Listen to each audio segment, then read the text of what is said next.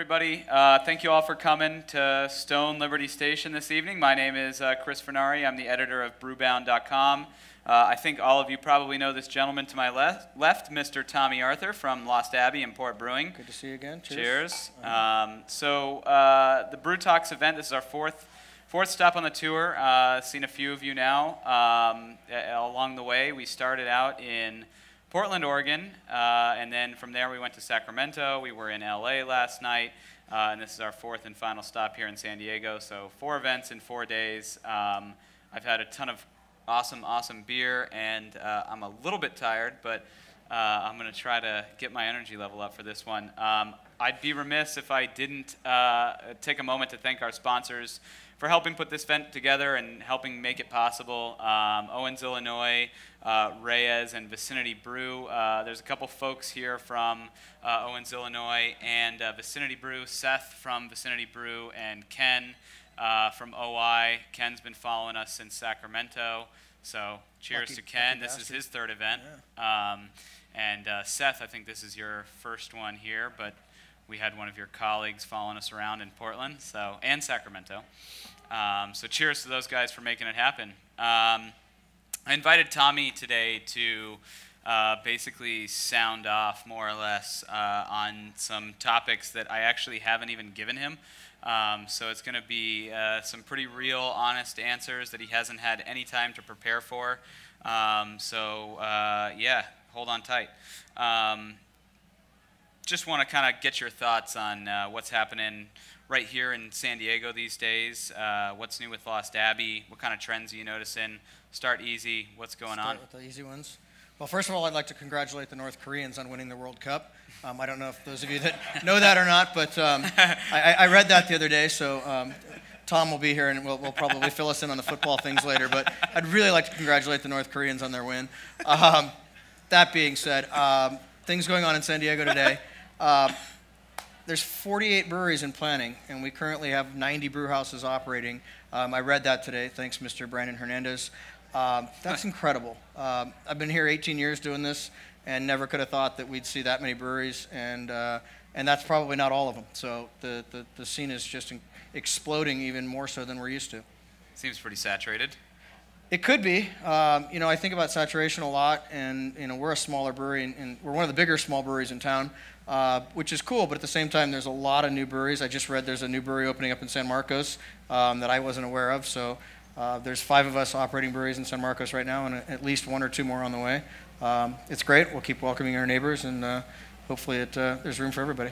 I guess not unsurprising given the trends nationally. I mean, there's more than 3,000 now across the country. Are things getting chippy here? Are elbows sharpening? What are you sort of seeing out there?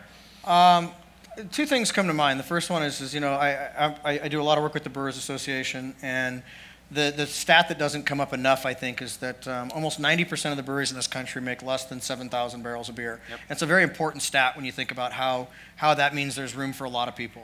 So I don't think it necessarily gets chippy at the small level or the 5 to 7 to 10,000 barrels. I think it really gets chippy when you start figuring out how you're going to go after those tap handles and who's going to give up shelf space and who's going to give up velocity. I definitely see, with the amount of beer that's starting to be, the market share and the amount of beer that we're representing in this town, or even that's representing being poured in this town, it's getting crowded, and it's only got one place to go, and that's going to be is who's going to start cutting deals and who's going to be on price, unless you tell a better story. And there's so many good stories in this town already being told that I can't imagine that there's going to be a lot better stories than already exist. And so it's going to start being about, how can you do something for me? Interesting. Now, you think that'll sort of manifest itself in the off-premise or the on-premise, both? It's a little more difficult, I think, in the off-premise channel, in the sense that getting into those, sometimes getting into the, grocery's big in California. A lot of beer is sold in groceries, so I think that getting into grocery, there can be some stuff, but there's a lot of work, I think, right now on getting out of post offs, and so there's pricing isn't going to be as big of a part of that, with all the post-offs going away. But I think in the on-premise environment, I think, the 1-on-4 is definitely going to come back into play. And, our friends at Stone did a really good job 10, 15 years ago when they really sort of established a hard line in their backyard of saying, we're not going to get into this 1-on-4 kind of stuff. And there was a lot of that going on. And I think it's going to come back around, and everyone's going to have to make a decision as to how that plays. Interesting. I wanted to sort of just toss topics out at you, play a little sort of word association, if you will, and you can tell me if you love it, you hate it, if you think it's going to be a challenge. I mean, sort of the first thing that comes to mind when I bring up a few topics here. You mentioned all the different breweries, maybe some pricing pressures, but I think sort of underneath all that, the thing that comes to my mind is beer quality. So first topic, beer quality. Penis. You're welcome. All right, let's get real. Okay, good. I got North Korea and penis in. Day 4, everybody. Day 4, yeah. Let's go. Just, you chose me to go first, so I figured I'd just set you up. But all right, so beer quality, right? We came out of the Craft Brewers Conference in April of this year, and Paul Gatza made a big point of saying that he'd been at a beer festival in Colorado, which is known to be very big and prominent for great breweries, and he had visited 10 new breweries, and he had basically said that 7 out of the 10 breweries needed to improve their game. I personally don't get to a lot of the new breweries in this town in terms of festivals and things like that, but I can't imagine that if there's 90 breweries with 130 on the way operating in San Diego, that they're all making great liquid. I've said this a lot, and I'll repeat it here, and that is that if you go to Napa Valley, there's over 200 wineries that get to claim Napa Valley on their bottle, and they don't all make good juice. If we have 130 breweries in this town, I guarantee you they're not all going to make great beer, but the question is what is it by definition to put the word San Diego or brewed in San Diego? For us, what's the fall line going to be? Is it 50%? Do we want 70%? Do we want 80%? It's been pretty high level. There's a lot of great beer, but a lot of new entrants, and it doesn't mean that new entrants are going to make bad beer necessarily. The guys at Society have come on board, and they've made amazing beer. There's plenty of room to be great at your craft, and there's plenty of room to be mediocre. And unfortunately, the bigger you get and the more diluted you get, the more opportunity there is for people to come on, open garage breweries, and not necessarily excel at it because it's not getting out into the trade. It's not being received at the same level. If you don't necessarily move the beer outside of a small town, who's going to know if it's good or bad? It's got a very small sampling size. So how does that impact your business? It's interesting because we're in North County, and there's a tremendous amount of breweries within a 10-mile radius of us. I think some of the better new breweries that have opened up in San Diego have opened up along that stretch of the 78 freeway we call the Hop Highway Corridor. Some really great breweries have opened up, and some less than stellar ones have opened up. That being said, it's representative of what's going on all over San Diego, but you have to bring your A game if you're going to open up in a dense place, and I think some brewers have done that. Interesting. Got one in my hand right now, Session IPAs. Yep. Yep. We make one. Yep. We actually just started making one. So we created a new one for our port brewing line. It's called Grommet. We have foregone the word session, and we're trademarking the term functional. So I just want to put that out there. We're making a functional IPA. It's not a session one because the whole point is to be able to drink it and function all day. So you heard it here first. We're in the business of making functional IPA. Are you going to actually put that on your label? When we get to it, bottling it, yeah, sure. All right. Yeah, but for now, it's just called Grommet. I think they're great beers. I think I'd like to pay homage to Sierra Nevada making the first one ever. It's called Pale Ale. I drink more of it than anything else. It's the best session IPA on the planet. And I think there's room for a lot of them. And, they're going to become ubiquitous, but at least we can all drink 3 of them and not drive home drunk. Real category? I think so. Yeah, I see it. I see it having legs. I mean, why not? We all love to drink double IPA in this town. We're famous for it. And if I can have 2 of those on a double IPA and still stand up, I think there's plenty of room for it. Yeah, I mean, it sort of seems like the natural progression, coming from IPAs, which are obviously very popular, and that seems to be sort of synonymous with craft, I guess, at this point. Yeah, I mean, it seems sort of normal, but is this what needs to happen? Do craft brewers need to have some sort of sessionable product in order to crank through more volume or gain more market share? I mean, I think a lot of it just has to get to do with, IPA as a category is basically the thing right now. And there's plenty of different, permutations and different ways to make it. In the classic sense, you make it at 7% alcohol. At a strong pale ale level, you make it at 6%. You water it down at 4%. You make it sessionable. You make it darker, you call it black IPA. You make it sort of dark, you call it red IPA. And I'm here to say that the category probably is going to move to something I'm calling blonde IPA, because nobody's making blonde IPA at this point. So I think once we get out of this session category, you'll start to see a lot of blonde IPAs. Interesting. Yeah. So just putting IPA on the end of a beer name seems to do the trick. Well, I mean, there's white IPAs, there's blonde ones, black ones, brown ones, red ones. There's no green ones yet, thank God. But sure, why not? All right. Next topic on the list: rotating tap handles. God bless America, and they suck. I don't own a bar, thank God. If I did, well, they're going to tell us what it's like to own a bar that has to deal with that. I love a good beer list, and then I love to go to places that have 80 beers and think, my God, I'm going to drink Sierra Nevada Pale Ale, because I'm overwhelmed. And so for me, a lot of it gets back to, there's got to be some stuff that's predictable on the list, and predictable in the sense that it delivers, meaning every time I go drink it, it's out of sight. I'm a huge fan of Firestone Walker. I love their new Pivo Pills.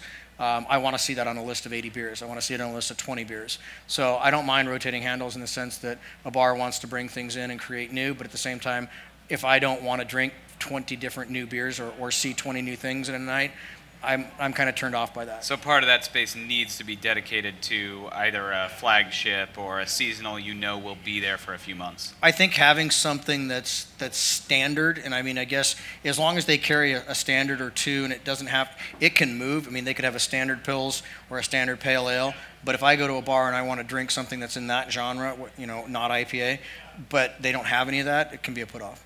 Interesting. All right, one that might be relevant. It certainly has been relevant. Might be relevant since we're here at Stone. Bi-coastal breweries and secondary brewing facilities. I know Stone's looking. So thoughts on bi-coastal breweries? Obviously, when the bigger you get, the more sense it makes. And it's the only one you fed me, or at least the only one that I thought about. And that is that the challenge in operating today is freshness. Everything we're doing that is so vibrant with respect to beer, and then you have to ship it a long ways. And lots of the bigger breweries that make mass-produced beers, that stuff doesn't degrade at the rate that a great IPA does. So shipping it up and down a seaboard versus shipping it across the country makes a lot of sense. The price of gasoline is now $4 a gallon. That didn't happen, 30 years ago. And so there's a lot of, I think, opportunity to do so. I look at it and I have concern for, when we talk about, well, at what point does it make sense, or why would you do that? And I think about how hard is it to maintain company culture. I think about, consistency and those kinds of things. Freshness is great. That's probably the chief reason to have two brewing, or 3 or 4 operations, is to, be able to get product and to get beer out quickly, and so that, you're really getting it to market in the best way. But I would be remiss if I didn't state that one of the challenges I see is just the culture side of it. How do you maintain 2 breweries with congruent identities, but at the same time, different territories and different laws and that kind of stuff? And so it's a challenge frankly, I don't want to be a part of right now. Interesting. And you sort of go through that, I think, in a different way, having to operate Port and Lost Abbey, which are 2 identities under the same roof. So any insight that you would add, already having to sort of tackle 2 things at once, not that it's manufacturing or all the complexities that come along with that? Yeah, having 2 brands under one roof was a great idea, and it certainly has served us very well in terms of creating a lot of opportunity. Managing it's a real pain in the ass, because you have to sort of understand what the 2 things do together and how they create synergies, and sometimes how the synergies take away from each other. We spend more time promoting and growing the Abbey brand because it's a more difficult sell. IPA and West Coast style beers, which is much more of what we do on the port brewing side of things, tend to sort of move the needle themselves. But developing the time in the category between the 2 brands, we produce over 35 beers per year between the 2 brands that reach market, and then beyond that, we have a lot of seasonal stuff, tap house and brewery only stuff.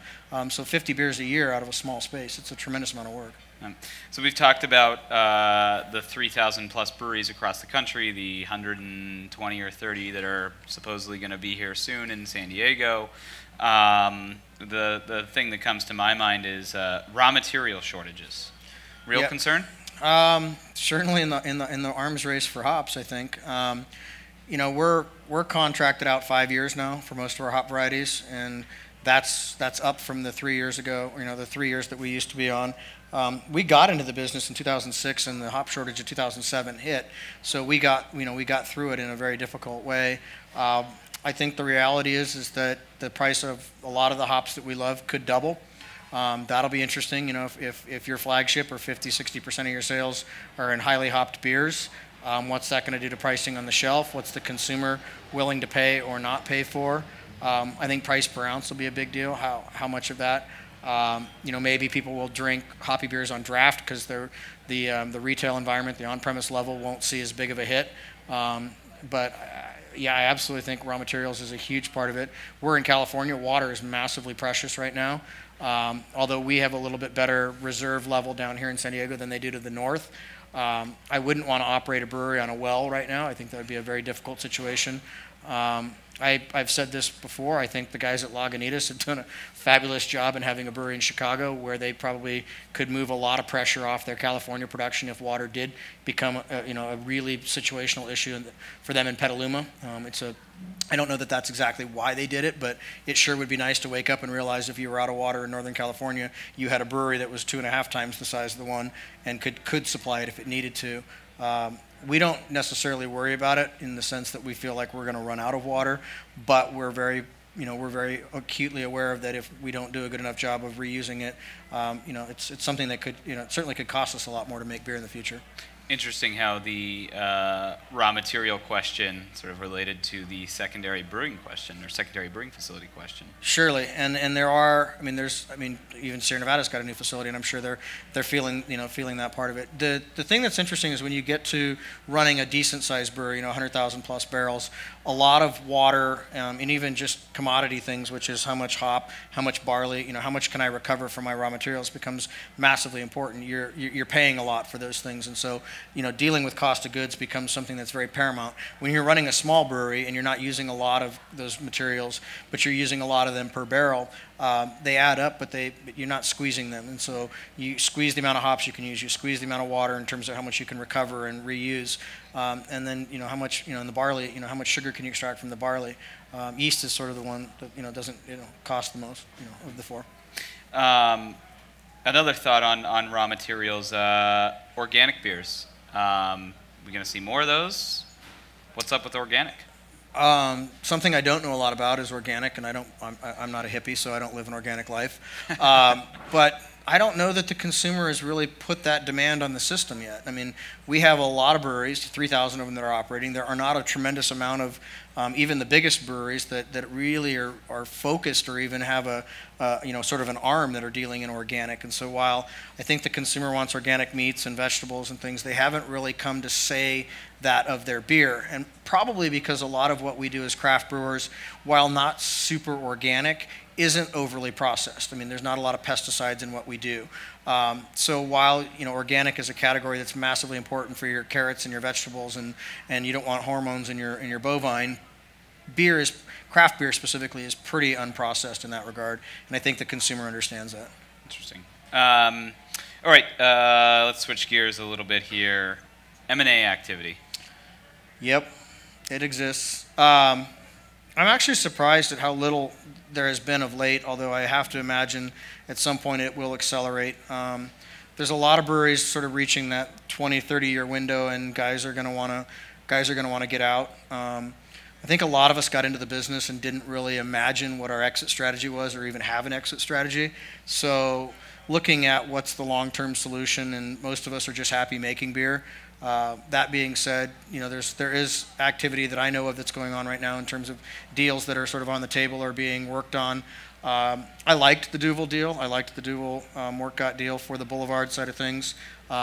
you know, it's always an issue when you have an international brewery buying up a sort of a nationalistic, especially you know, middle America kind of brewery. But somewhere in it, it's very expensive to do what we do, and the infusion of money has to come from somewhere if you want to continue to grow or otherwise. I think the chief thing for me with the M&A side is really to look at where we want to be and how we're going to get there. And if we want to be a 100,000 barrel a year brewery, can we grow organically through our own cash, or do we need an infusion in new, you know, new investors, or do we have to sell a portion of it off?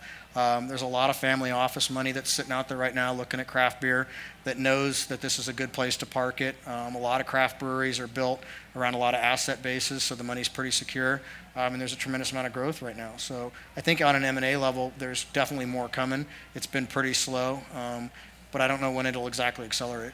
Yeah, I mean, I think we've heard of a few deals of our own that, you know, may or may not be in the works. You know, always a lot of rumors floating around.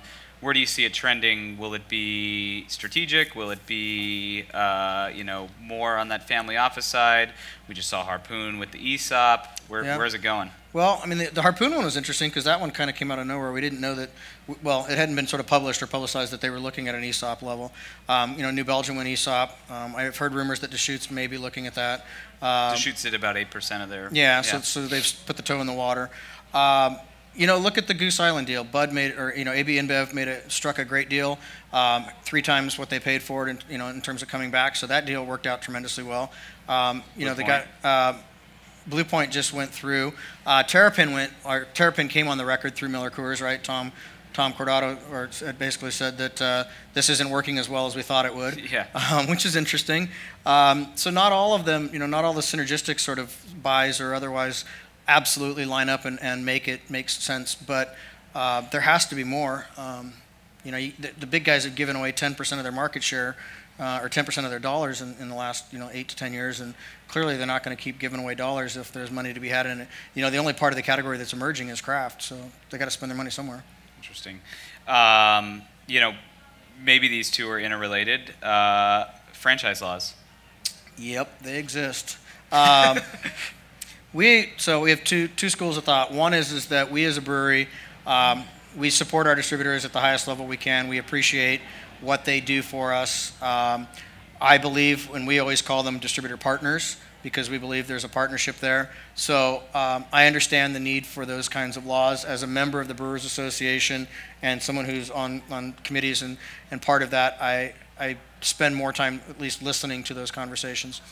If 90% of the breweries in this country are less than 7,000 barrels, that sort of portends that the laws may not line up with the majority of the brewing that's going on. But that's a new world function versus an old world function.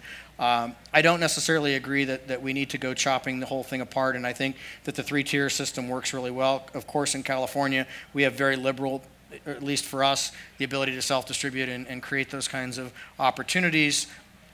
It's difficult to think about opening a brewery today and wanting to grow in a place where the rules can be overly restrictive or could be prohibitive. I would argue from some levels that if I was an owner looking to open a brewery, I might not want to open in that territory or open in that space.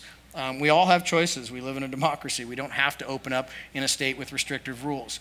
That being said, if you happen to open up in a state with very restrictive, oppressive, you know, sort of 3-tier stuff, you know, go after it, change it. The guys at Jester King did a great job in Texas of moving the needle, and it's going to help a lot of people and a lot of opportunity.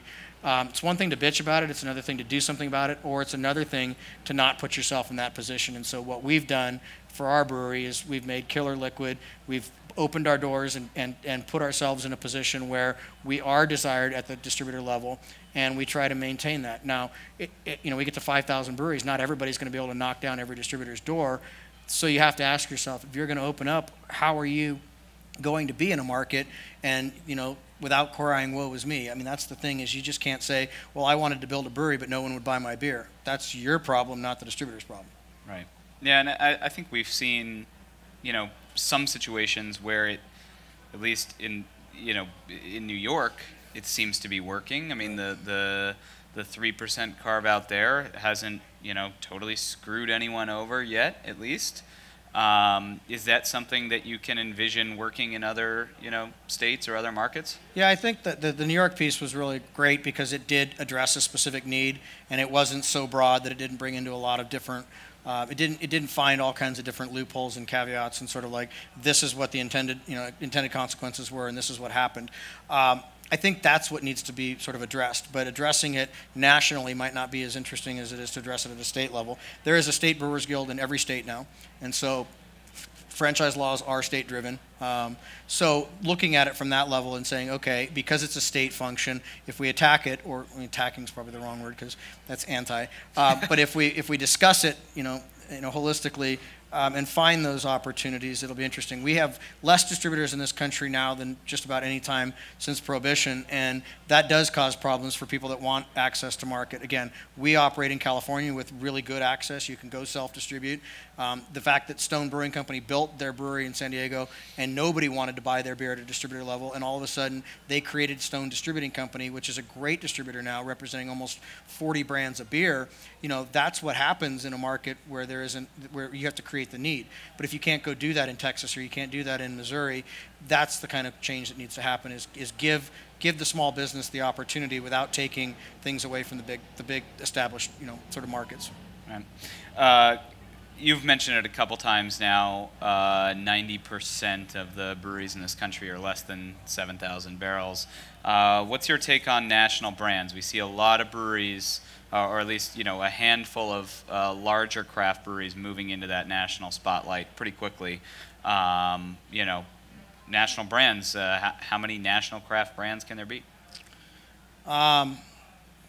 We've never looked at being a national brand or even wanting to be in 35, 40 states. So it's a great question, because the reality is how much, and today it's probably the most important part of it, how much territory can you cover?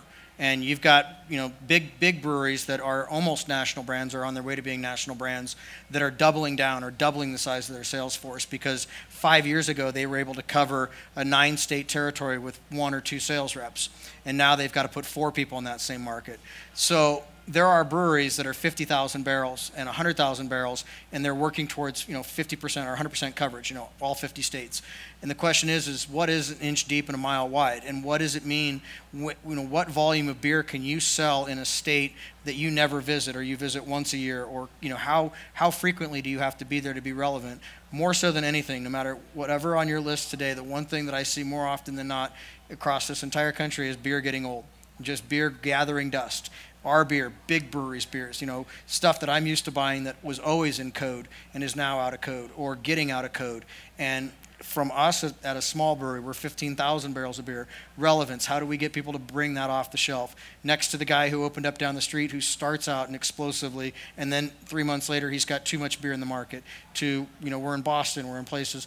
How do you do that? And these days, being a national brand requires a tremendous amount of people on the street.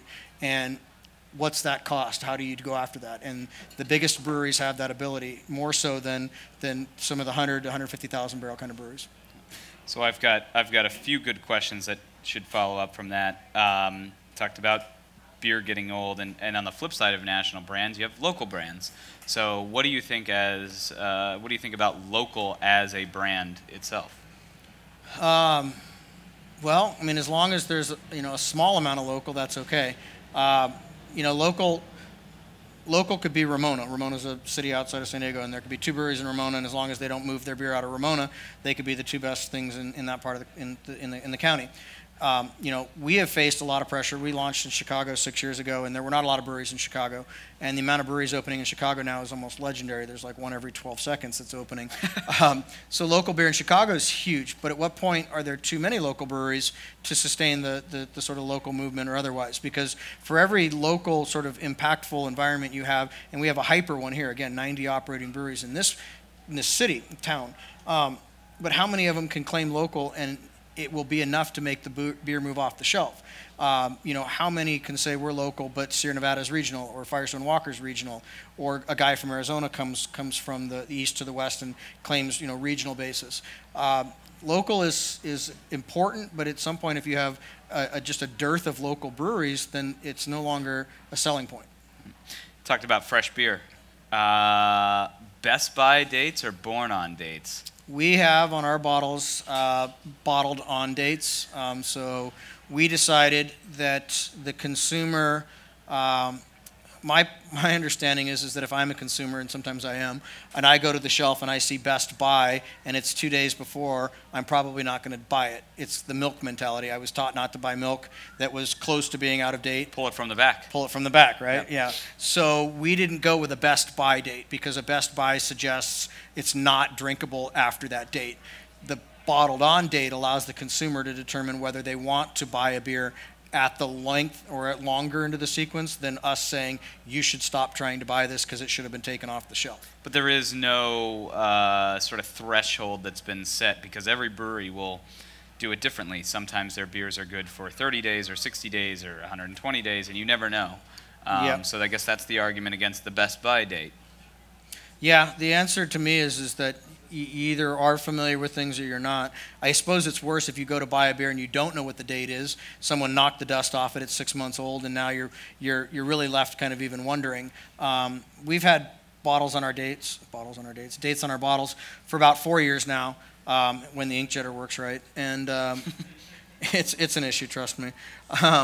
But we've tried to be at least part of that conversation, which is to suggest that the consumer should have a choice. It's not always in our favor. There's lots of breweries our size that don't have dates on bottles, and the consumer doesn't always know. Yeah, you might put a stamp on a box, and that box is gone by the time the beer hits the shelf. So we've at least said, okay, we're going to try to do this and make this a part of it. It may hinder some of our sales because our beer may be getting older in places, and if that's the case, maybe our beer shouldn't be there. So I prefer being able to walk into an environment and know, if I pick something up off the shelf in Boston, what's causing it to be, whether it should have been there in the first place. So for us, I think that they should be on the bottles. Beer doesn't age gracefully, and so I think the consumer should be given that choice.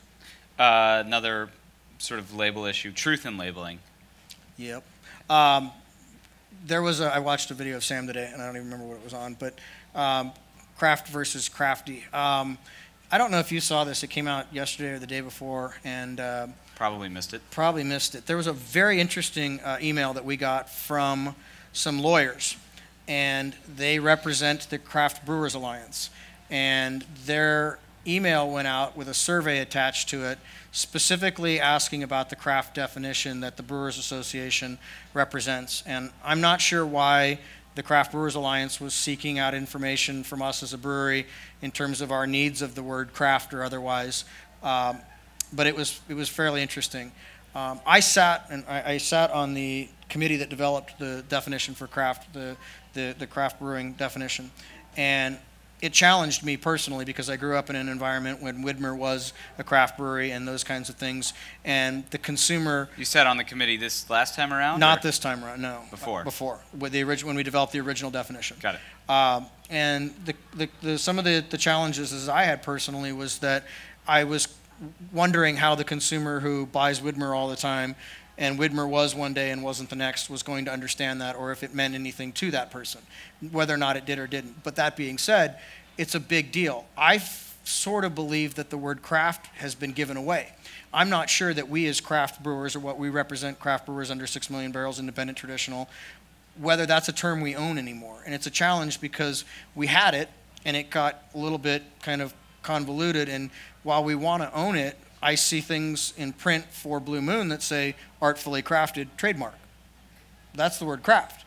I'm not sure how hard we can go after owning the word craft when it's been diluted on some level. So we use it a little bit in some of what we talk about, but at the same time, we're a brewery, and I believe that that what we do is authentic, and it comes off as being authentic because it does. It's sort of the notion of, do you know what art is? You know what art is when you see it. But I'm not a national brand. I'm not speaking to an audience. I'm not slinging ads. I'm not buying four-color, back page things and having to connect to a consumer at 200,000 barrels. We resonate because our story's small, and that makes us authentic. At some point, you do cross that threshold, and then everybody has to tell a big story with seeming authentic. And it's, Sam was talking in his stuff today about, at Yuengling's 1% of the total beer market, and Sam Adams and Boston Beer's 1%. AB InBev represents 55%, but they're telling the consumer that they're artfully crafted, 30% AB, SAB Miller. If you have to tell someone you're artfully crafted, then you're probably not. I mean, that's a reality for me. You use the word diluted. couldn't the argument be made that the Brewers Association has also now diluted the term craft by allowing brands like Yuengling to be considered craft? It's a volatile argument, and I think that people from the outside looking at it have to understand what the definition's trying to do. And the definition's trying to establish a boundary for growth. And this is sort of the, well, why is it 6 million barrels versus 2 million barrels? And so one of the things that the Brewers Association has said all along is, we're trying to define it versus, traditional, independent, and small. And what is small? What is traditional and what is independent? Well, Yuengling's been made the same way since 1876 or whatever point they started. So does that make them traditional? Seems to fit the bill. They may have been excluded at the beginning because it was more about the adjunct part of it, that they wanted to establish that maybe adjunct wasn't part of that. But if that's how you've been doing things all along, that makes it traditional. It fits the bill. If all of a sudden you've been doing it with 6-row and corn for 150 years and you switch to something different, you've lost that argument. And I think Yuengling, in their defense, they never wavered from what they did. But there are brands that are not as old as Yuengling that, not that they weren't craft before, but maybe perhaps a chunk of their production was creeping that way using adjuncts. Seems like the Brewers Association is valuing perhaps ownership or placing greater importance on ownership and where the money comes from and not necessarily the quality, which in this conversation in the last 30 minutes, you've brought up quality a few times. Yeah, I think back to your M&A point, I think that might be the most compounding issue here is what's going to happen if there's a lot of M&A going on and it's international or it's big brands or it's big spirits and things. And definitions move. They rewrite dictionaries all the time. And so I think it's fair to have some level of that. It seemed like a pretty quick rewrite of the definition, but there's so much success in craft right now that to sort of lay down that parameter and stick to it for 10 years when 5 years ago Lagunitas was a small brewery and Sam Adams wasn't selling more than 2 million barrels. And, we have to kind of look at it. Now, should they look at it and reevaluate it every year? No, because that is going to dilute the definition. But I think we have to pick some spots and say, okay, this is it. But I think the M&A spot could be one of the more tenuous parts of it in terms of it could put it in a spot where you're like, man, we didn't see that coming.